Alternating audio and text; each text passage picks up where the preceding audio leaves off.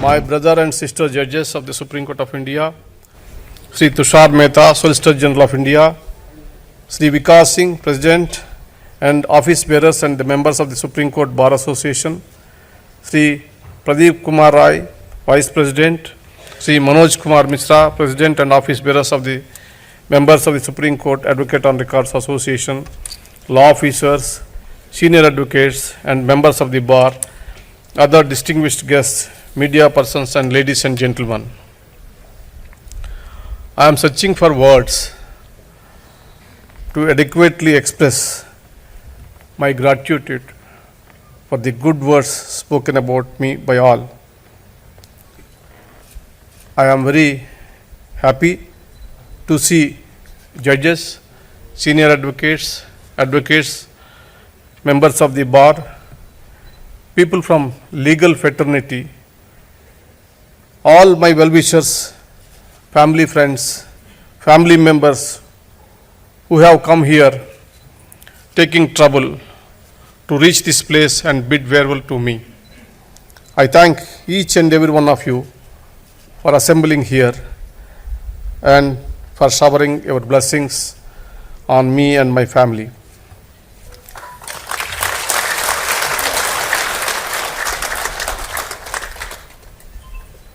You all know where I started. My life's journey began in a remote village called Ponnavaram in Krishna district of Andhra Pradesh, where electricity, roads, and basic amenities were not available. First time I saw electricity when I was 12 years old. I learned the alphabets of English around the same time. We used to reach school by walking on muddy roads across the fields and crossing the streams. With a lot of struggle and hard work, I have come up in life. For this, I thank first my gurus, that is my parents and the teachers in various government schools. I am indebted to all my teachers, lecturers, because the essence of education that they had given to me was helpful not only for the purpose of acquiring academic knowledge, but also helped in providing necessary moral strength and courage to face any calamity in life. This arduous journey finally brought me to Delhi. This long journey marked by many experiences, most of which are sour rather than sweet. At the young age of 17 years, I could lead a trade union around 10,000 workers. At the same time, I could also lead students, farmers, and employees. I was immersed in so many agitations and struggles. I have also suffered on account of the emergency excesses. In fact, I lost an academic year in this count. Confronting problems and resolving issues is not something new to me.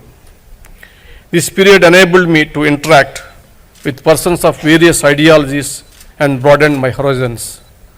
They taught me as how to live in isolation in an environment where you cannot express or share your thoughts on any of these issues.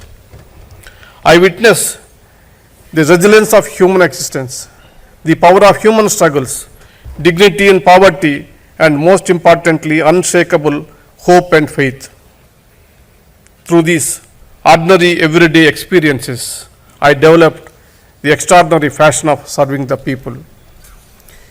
Being a first generation lawyer, I have faced many challenges in my life and realized that except the hard work, there is no shortcut to success. The journey of struggle and bitter experiences in my career helped me to diversify my activities. I had the opportunity of defending the state in several cases. I watched the important events of this country unfolding from close quarters. I always accepted rejection as God's reduction and retained my honesty and integrity. I want every advocate to remember that sometimes life scares you and beats up you, but there is a day when you realize that you are not just a survivor, you are a warrior.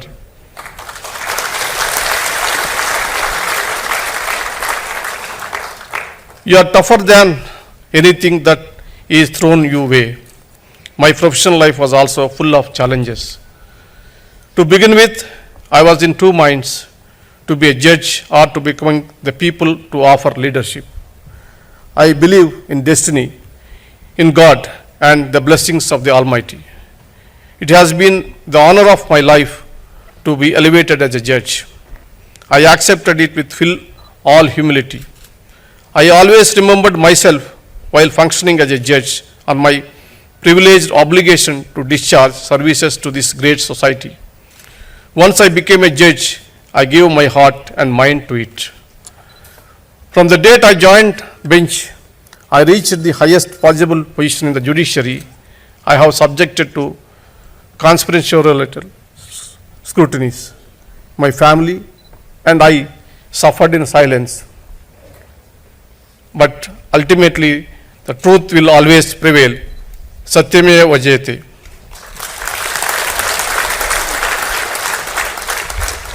At this juncture, I am reminded the words of Martin Luther King Jr.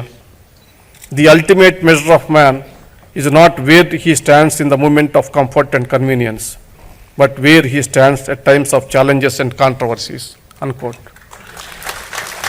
Anything and everything that I could achieve were only after facing a lot of struggle, setbacks, and hardships in life. I have embraced all the challenges that came my way and strengthened myself and understood that every failure carried with a seed of equivalent advantage. I never claimed myself to be a scholarly judge or a great judge, but I have always believed that the ultimate purpose of justice delivery system is to provide justice to the common man.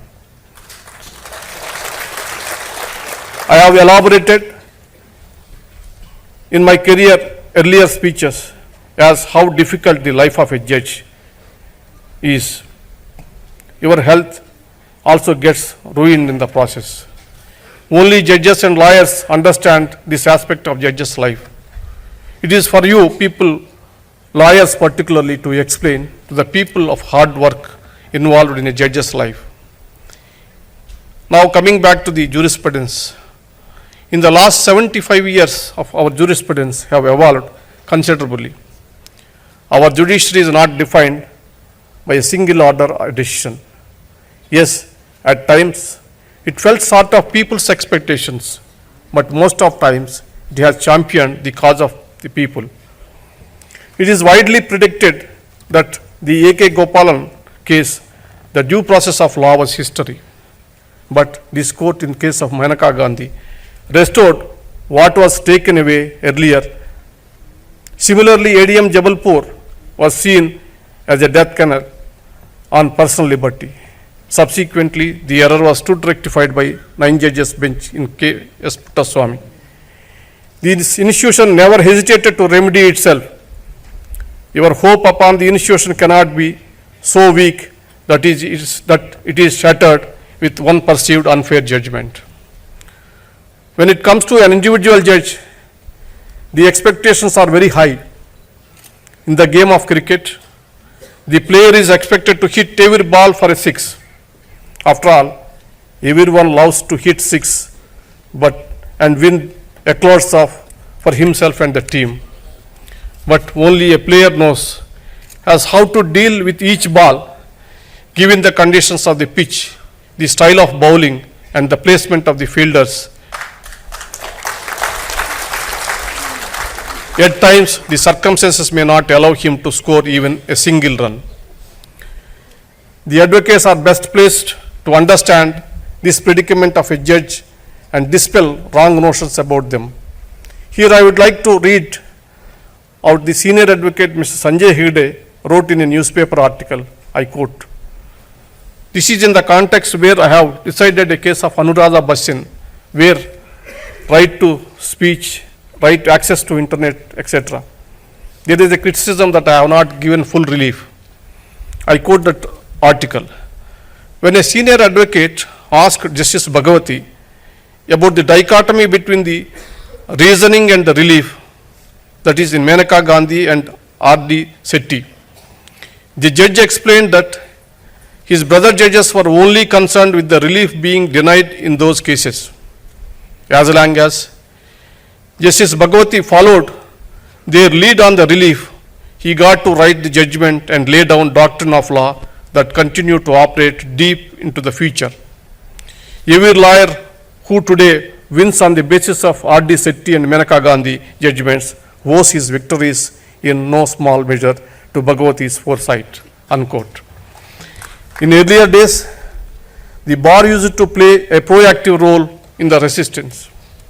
The members of the bar used to willingly associate themselves with various social causes. It is the legal battles initiated by Bar Association that have led to progressive interpretation of the Constitution. It is in this spirit that bar must work to strengthen democracy. One aspect that I want to bring to your notice is my choice of traveling across the country almost every weekend to speak to the public through various events. The popular perception is that the Indian judiciary was alien and quite distant to the general public.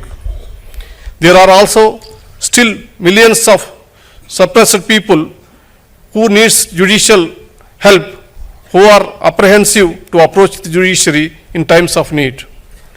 My experience so far has convinced that in spite of fulfilling its constitutional mandate, the judiciary does not find adequate reflections in the media, thereby depriving the people of knowledge about the courts and the Constitution. I felt it was my constitutional duty to dispel these notions and bring the court closer to the people by way of generating awareness and building confidence among the people about the judiciary. From what I get to hear from the common people during my visits, I am happy to note that people are able to engage with me on my subject in their language. I have actively tried to promote a sense of belongingness of the people with the system. My constant endeavor was to make the people aware not just about their rights and obligations, but also about the constitutional scheme and democratic values and the institutions. My sincere efforts was to initiate a dialogue. As a part of my public speaking engagements, I have focused on certain subjects of institutional importance. The focal point of any justice delivery system is the litigant, the justice seeker. But our system, practice, rules being colonial in regime may not be best suited to the needs of Indian population. The need of the hour is the Indianization of our legal system. When I say Indianization, I mean the need to adapt to the practical realities of our society and localize our judicial delivery system. I have pushed for modernization of judicial infrastructure as a means of providing access to justice. I also tried to highlight the difference between the arrears and backlogs to put things in perspective. Arrears refer to delays that are unwarranted. Every delay is not an arrear. Some cases of delay might due to valid reasons. On the other hand, backlogs refers to a situation where the number of cases instituted in a period is more than the number of cases disposed of in the same period. I am happy to inform you and thank my colleague judges and collegium judges, Brother Justice Lalit, Justice Kanvilkar, Justice Dhananjay Chandrachud, Justice Nageshwar Rao, and consulting judges. In the last 16 months, we could appoint 11 judges to the apex court and 255 recommendations for various high courts. Now already 224 are appointed.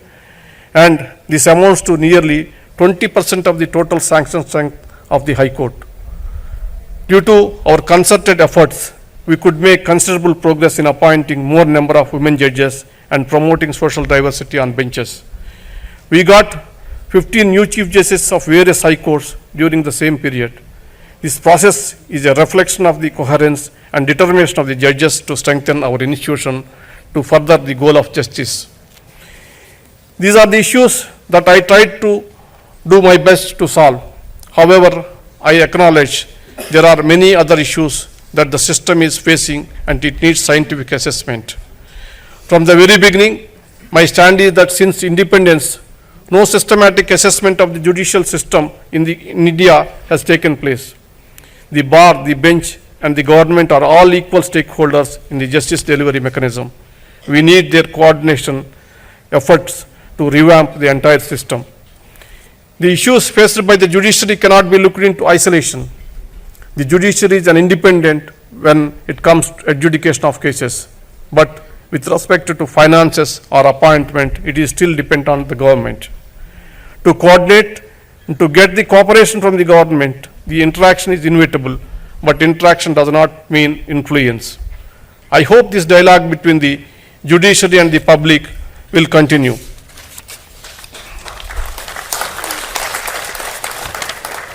I am devoting my office with utmost contentment. When you ultimately judge me as a judge, I would like to say that I may be judged as a very ordinary judge, but one who greatly relished and enjoyed the job. I may be judged as one who meticulously followed the rules of the game and did not trespass into province's forbidden. More particularly, as one who recognized preliminary the moral power of a judge. I may be remembered as a judge who heard the senior and junior alike.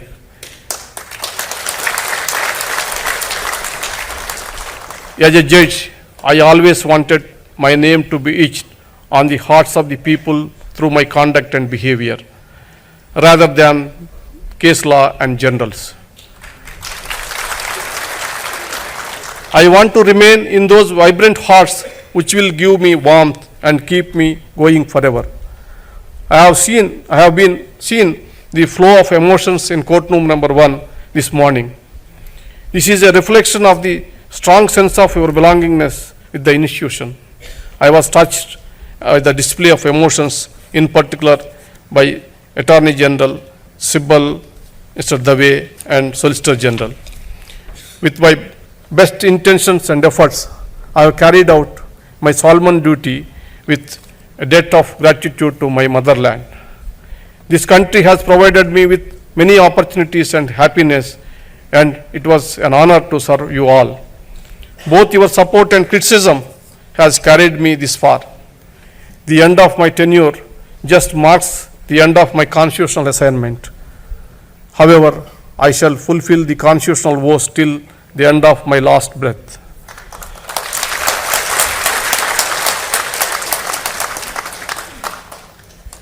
I did my best, whatever I can.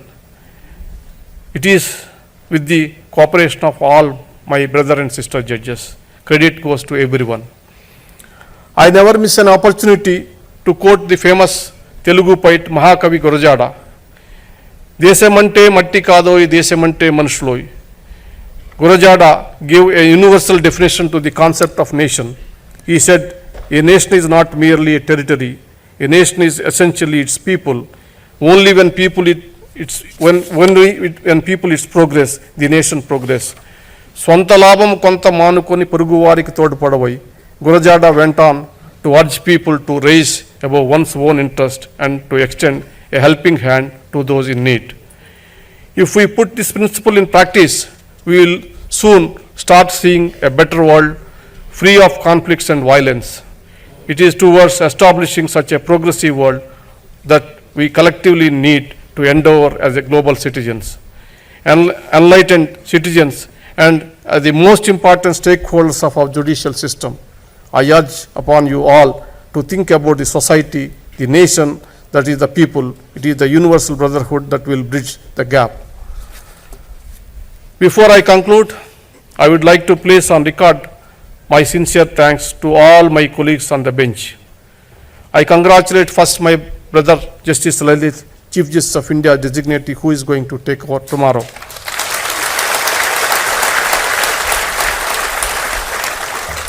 I am confident that his tenure will be a grand success.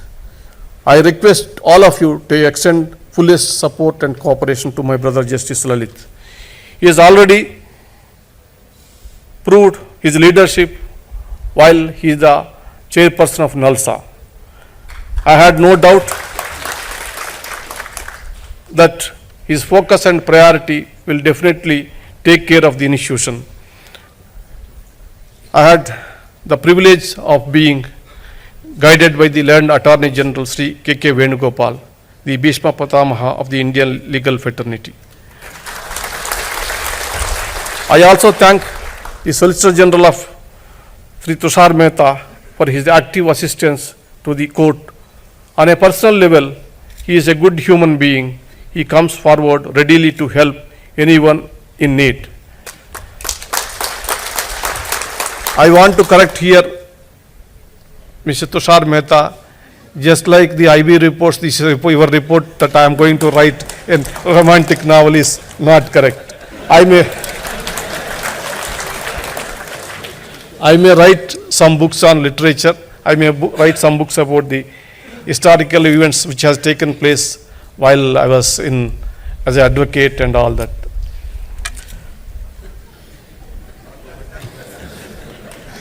Mr. Vikas Singh, I need not tell, is a strong leader, the president of the CBA, a dynamic man. He is a very persuasive, but only one caveat I want to advise Vikas is, Vikas ji, with little soberness he can achieve many more.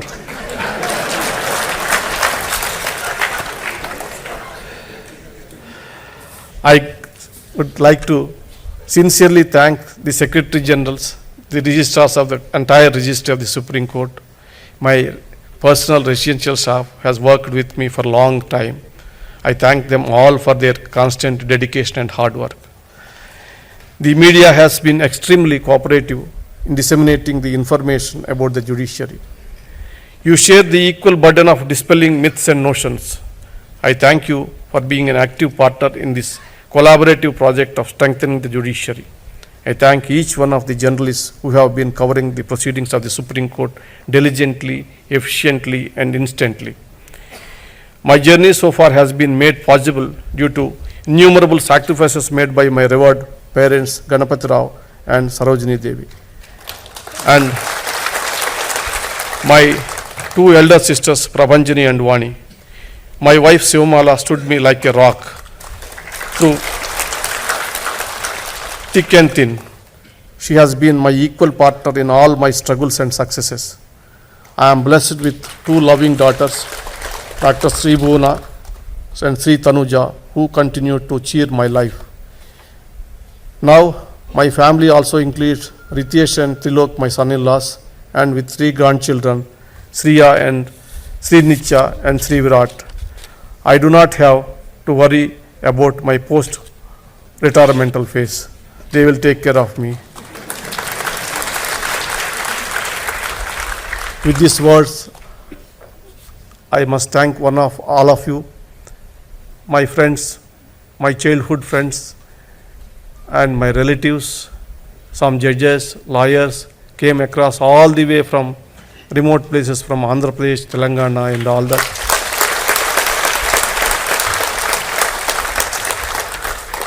I thank each and every one of them.